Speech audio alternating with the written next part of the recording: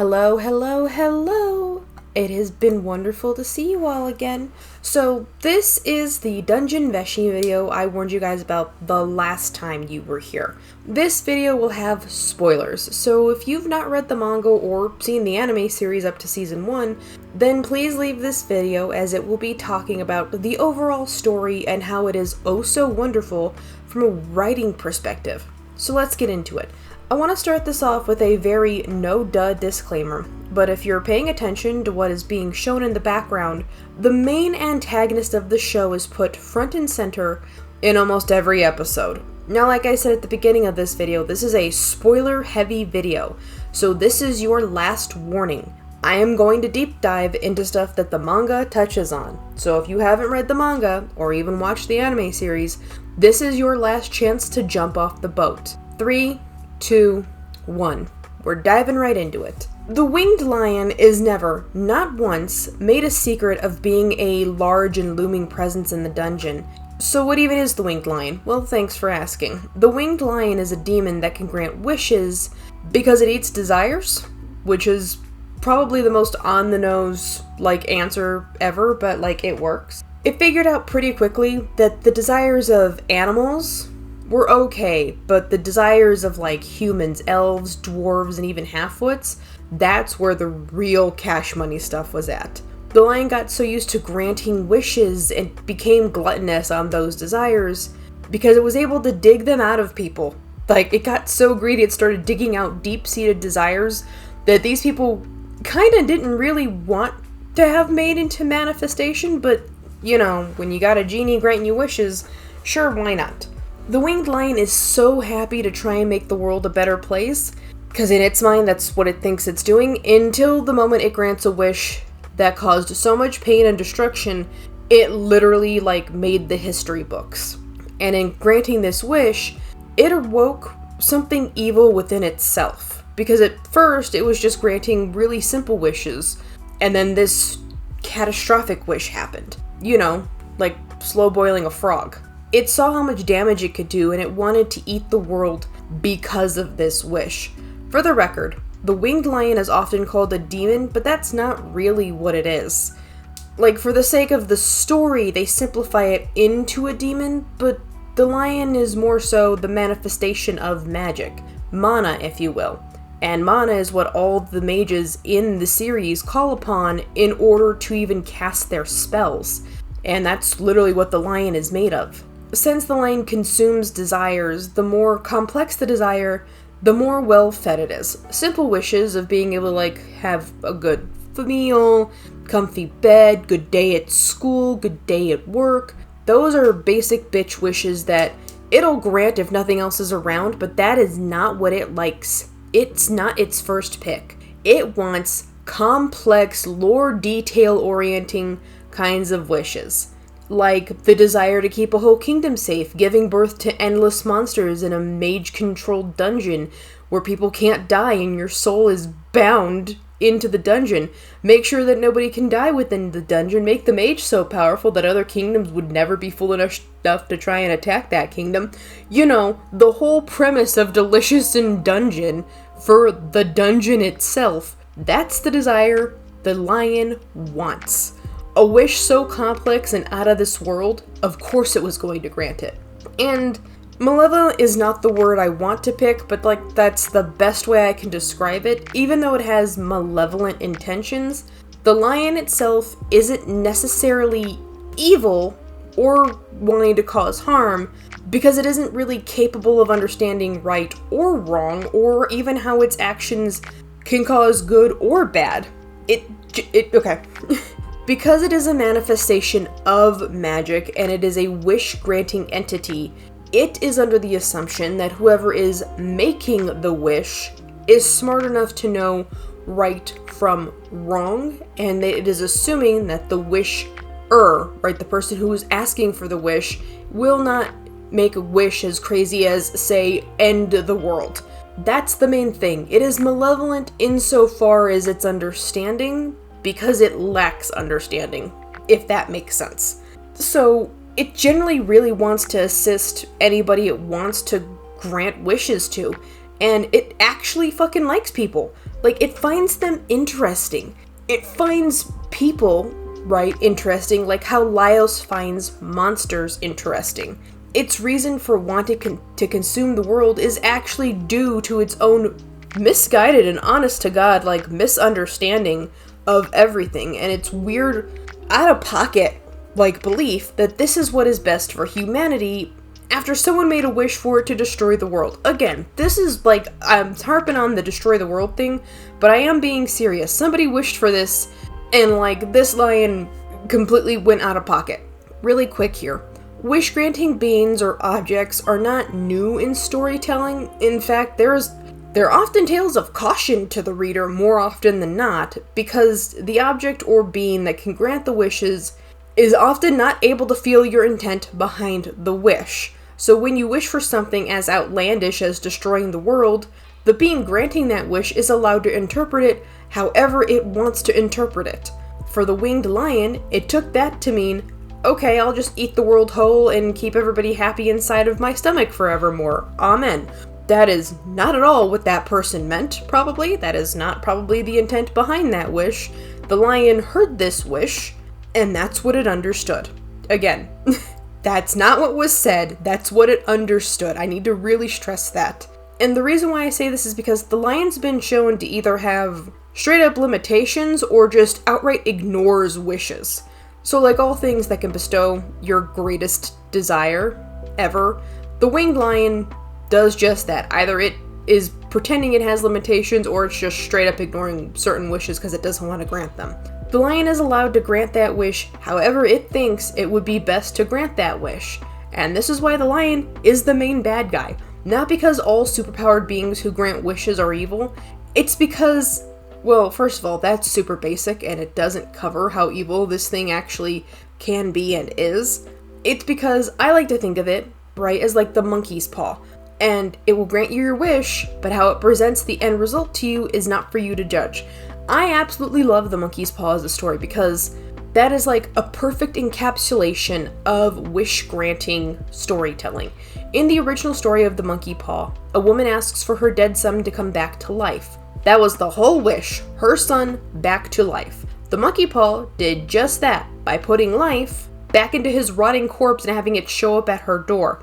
She asked for one thing and did not ever, not once, explain what she wanted in detail.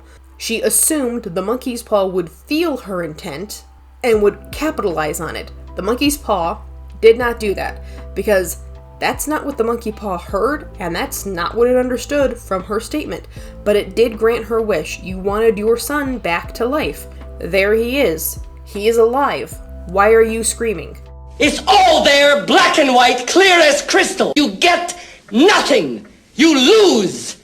Good day, sir. Just like how Thistle, right, the little blonde elf with the bad attitude, was granted his wish. The lion kept up its end of the bargain, and Thistle had to pay for that wish in the worst way possible. When Thistle is faced with the lion after literal thousands of years, that wish-granting being is owed its pound of flesh. And it ends up leaving him comatose. Like, what a wild way to go. Like, I was fully expecting when I was reading it for it to be a worse end, but the fact that he just got off being comatose, I think was like, oh, okay, I'll take it. I was expecting way more, like, body horror, but whatever, I'll take it. Thistle wasn't a bad person. Okay, I shouldn't say that. He was, but not in, like, the usual bad guy way.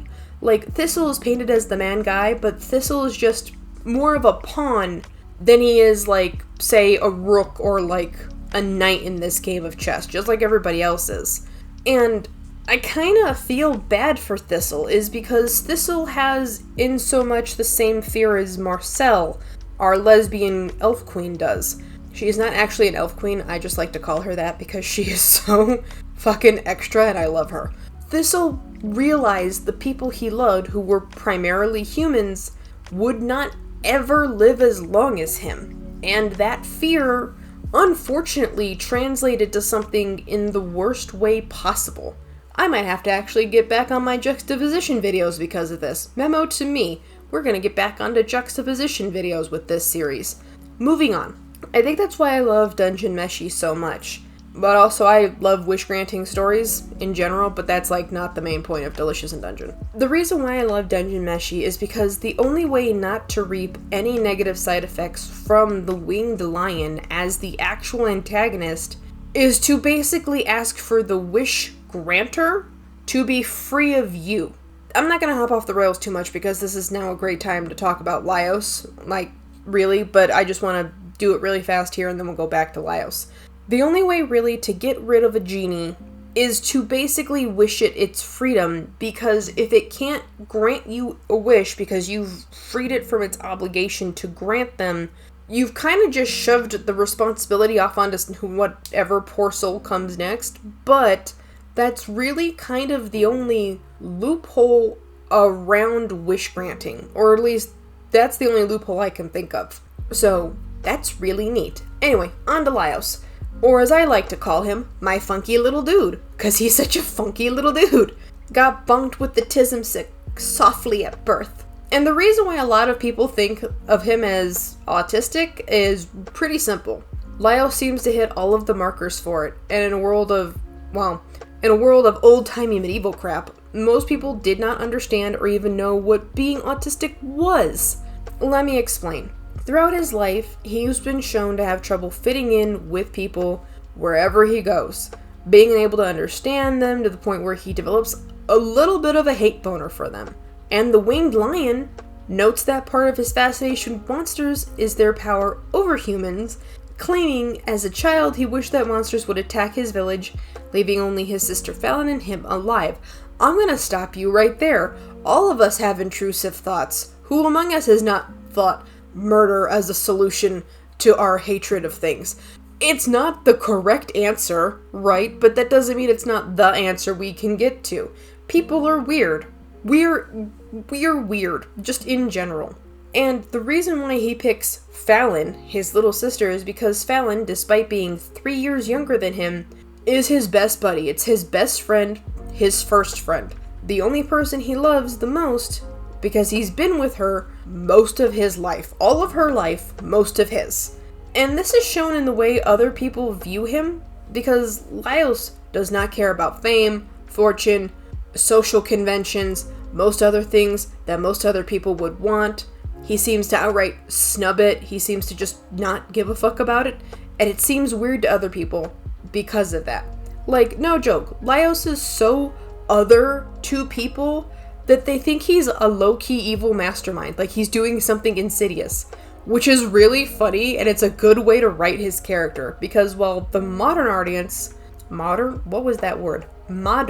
we go, I can speak English, modern audience will notice the traits we've seen and even can sometimes show ourselves for the autistic spectrum, the medieval powers that be would not know what to do with a man like Laios. A man that most people think is awkward and doesn't care about anyone else at all, not even his sister. Those people are idiots. They often fail to realize that while awkward, Laios does care for people in his own way, and he does consider other people's emotions and safety to the point where he puts their lives sometimes above his own. Like, Laios, please, don't do that. The self-sacrificing, martyrism is not okay in this house. Though this struggle does sometimes persist throughout the show, he does stay extremely friendly and accepting towards others, because he has never really been accepted or had friendly people come on to him, so he's trying to compensate. And it's because they don't do the same for him that it's off-putting when he wants to make these really quick friendships with other groups and other peoples, even orcs, who most people look down on. It's probably due to his indifference towards most living things other than monsters or his sister. He doesn't really see a difference between himself and other races, including the orcs, which people have a hate boner for. And we see this in the show and in the manga as well. Laios cares for his group in his own weird little ways. And each way he cares for them, which is very specific to the individual, is still a form of affection. And because Laios is the main character of the show, even though he's awkward and odd and he's the most funky little dude in the world, he's never shown to be anything other than himself, which I think is really good as far as the story goes. Laios is genuine in the fact that he's a weirdo. He's always been weird. He'd be that kid in the hoodie in high school. Have you ever seen him without this hoodie? No, he's always in that hoodie. That's the point though. This awkwardness from Laios really helps cement him to us, the audience, as somebody we can connect with, because all of us have felt ostracized and other about our interests, no matter what they are, because people don't like all the same things all across the board, and the people that like the same things we do, we want to become quick friends with them because we are under the assumption, oh, you like XYZ, I'm hoping that I have an intersection on more than just X, right? That's it. That's as really simplified as I can get it. And this is why when Fallon is eaten by the red dragon, that fucking little fool is ready to just run back down to the dungeon without food, weapons, armor, or even a game plan.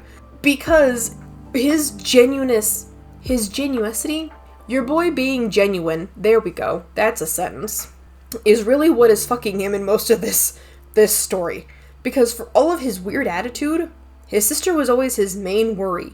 Even when they were kids, his main worry was Fallon. His main worry was trying to fit in. His main worry was trying to make friends. I have just given you the top 3 reasons why this man is so extra. Because his sister being his main worry is because Fallon was ostracized due to her magical talent, which frustrated Laios to the point of leaving the village when he was a teenager with not a penny to his fucking name. And he feels guilty over leaving Fallon behind, stating that it hurts him, to think about her having to be alone and eating by herself. And he gets a job, right, after doing a bunch of other shit, like joining the army, getting kicked out, fucking off, because he basically defected. He defected, boys. Anyway, he gets a job that requires him to travel to the island containing the dungeon that is the Mad Mage's dungeon. And on his way there, he decides to detour real quick to go grab Fallon at magic school, just to say hi. And she decides, fuck it, I'm done learning everything I need to know. And she runs off with him to go to the dungeon to go do this job. Sure, okay, that makes sense. And when they get there, right, they take all the shitty jobs because that's all that they can find. And then in no time at all, Marcel, our lesbian elf queen, shows up looking for Fallon, and through some very dangerous adventures, screaming, crying, beating the shit out of Laios, and a hilarious misunderstanding, she joins the party, because of course she was going to join the party. Her girlfriend's there. Her girlfriend's brother, who she kind of likes as not really a friend, is there. In the anime though, they make it seem like Marcel is done with Laios with every breath he takes. But in the manga, they have less of a, I'm being nice to you because of my girlfriend, who is your sister, and more of a, we both have this very niche and very weird interest, and we both love your sister. And that is our common 2 sectionalities that we get along with. That's the kind of relationship they have. And Marcel's, fascination with ancient magic and dungeons, and Laios' fascination with monsters, is the main linchpin other than Fallon that they really connect on. Because ancient magic can sometimes lead to dark magic, and it's a very odd school of magic to go get your fucking PhD in, Marcel. And she does it. Marcel does learn dark magic because, as she puts it, at one point, dark magic was an accepted form of magic, but because of some reason that was lost to time, it became outlawed. Marcel should fill in the elf mage role in the story because she's an elf, she's got magic, she should be the healer, and she's not. Marcel is a fighter. She has DPS out the wazoo, and the only healing spell she has causes more damage than it fixes stuff. Oh, you broke your arm. Okay, I have a spell. It's an instant fix. Oh, that's good. No, that's not what I said. It's an instant fix. So as quickly as you broke it, it'll just as quickly re-snap back into place. I won't feel anything, right? No. It's not a healing spell, it's more so of a, we're in the middle of war, I'm really hoping your adrenaline is high enough you won't realize how fucking terrible it's gonna be. Which is why, because Marcel has so much DPS, when she performs the dark magic spell to bring Fallon back, she already knows what she signed up for. And the spell was wildly illegal on a million different conventions. She basically broke every war crime and Geneva Convention known in this world, and she said, fuck it, we ball. She did it anyway, and before she even decides to commit these war crimes, she looks at Laios and asks him if he was going to be okay with it. I'll say that again. Marcel looked at the brother of the woman she was going to bring back from the dead and asked him for his consent to bring her back to life. Because while she's known Fallon for a bit, and, they both love Fallon, Laios is her brother and he's loved her longer than Marcel has even known her. And this is also an amazing bit of character work, and it shows in the whole story. Marcel views magic in a purely academic POV. That's how she views it. And when we first get introduced to the story, we as the audience don't know how the magic system is set up. And we have to go off of what Marcel is telling us. But as Marcel starts to view her education as not only a tool, but a multifaceted tool that can be used in a lot of different fights, we see how the world building of the magic system progresses. Because Marcel's beginning stages of her magic use is so clean cut and academic that there's no real way around basically saying she doesn't know how to use her magic in any way until she's suddenly put into the position of, Fallon isn't here. You don't have a healer anymore. It's just you and these 3 chuckle fucks that you have. So you had better learn to get good. And when we get to the point where she has to bring Fallon back to life, because it's a spell she, in theory, knows, and the others are having everybody except Laios, so that's Senshi and Chilchuk. When everybody else, those 2 are having a freak-out session about it, because basically, Marcel, you're reaching through the veil of death to grab her. She does not really flinch, she doesn't even really try to argue with them, she just says point blank to them, magic doesn't have morality.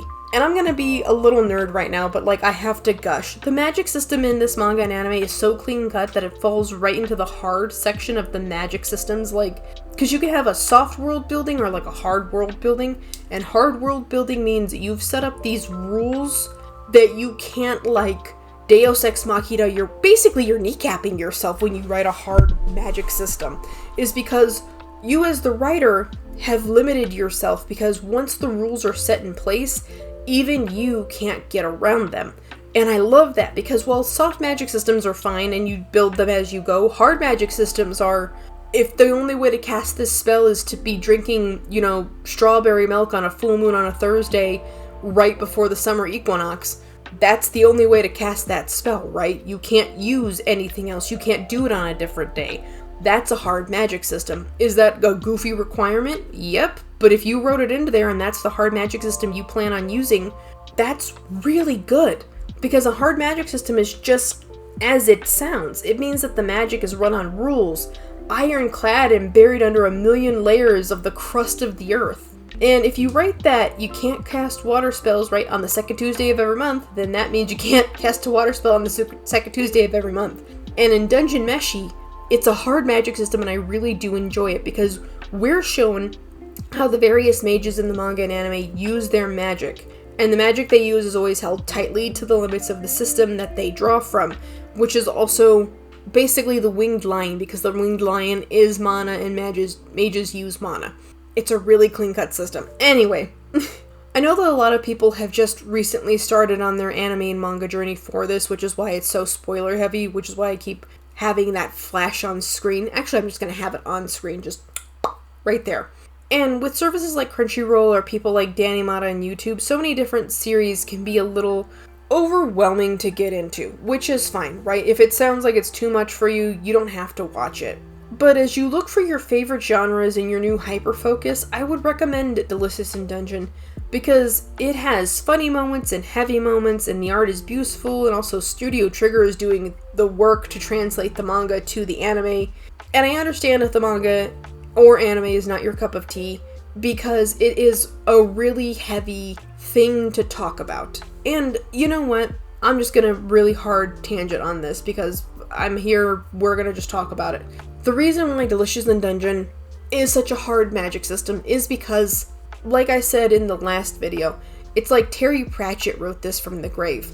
Hard magic systems are not a bad thing. Hard magic systems aren't really a good thing, but they are like a really good tool for writing. And Delicious in Dungeon does hold fast and true to a lot of the stuff it sets up early in the series. The dungeon is told to you point blank what it is and why it's there. The guy that crawls out at the beginning in the anime is the king. He literally ran away. We get told this in a couple different episodes. We're shown it in a couple different episodes. That's why Thistle is looking around for him. That's why the red dragon is awake and so fucking pissed. That's why the whole dungeon is set up the way it is. It is a wildly well-constructed ecosystem that is just so well done. And we are literally given so much information without ever having it be jammed down our throats. We don't have to sit there and be told for one whole episode the deep-seated lore and backstory of the dungeon and the dragon and Laios and Fallon. We don't need that. We're just told the story exactly as it is presented to us, and exactly as it is presented to us, we are enjoying it. So, I know that I didn't touch on Senshi and Chilchuk, because Senshi and Chilchuk, to me, are their own entire separate little funky little dudes. And I love the fact that Chilchuk and Senshi are so integral to the overall party, because a lot of people always seem to write them off, but that's not really fair. Without Senshi, Laios, Marcel, and Chilchuk would not have been able to make it as far in the dungeon as they do, because they wouldn't be able to eat the monsters and not kill themselves from food poisoning. Without Chilchuk, they really wouldn't have a lot of the know-how to get through a lot of the traps that are in the dungeon. Because like I've said before, the dungeon is its own unique ecosystem. And that unique ecosystem is really what's fucking them up. Is because they are the invasive species. The dungeon is protecting itself. And I think that is such great character work and such good world building. I know it's not a long video. I never make my videos long because I can't imagine talking for 2.5 hours about nothing. I say as I know that I am working on an entirely different script for an entirely different video. Anyway, this has just been the light spoilered version of Delicious in Dungeon. If you guys haven't seen the anime, if you guys haven't picked up the manga, I would really recommend it because it's such good world building. It's such a great story. It has such interesting characters and the art is beautiful. Is there anything else that I have to say? I don't think so. Okay, bye!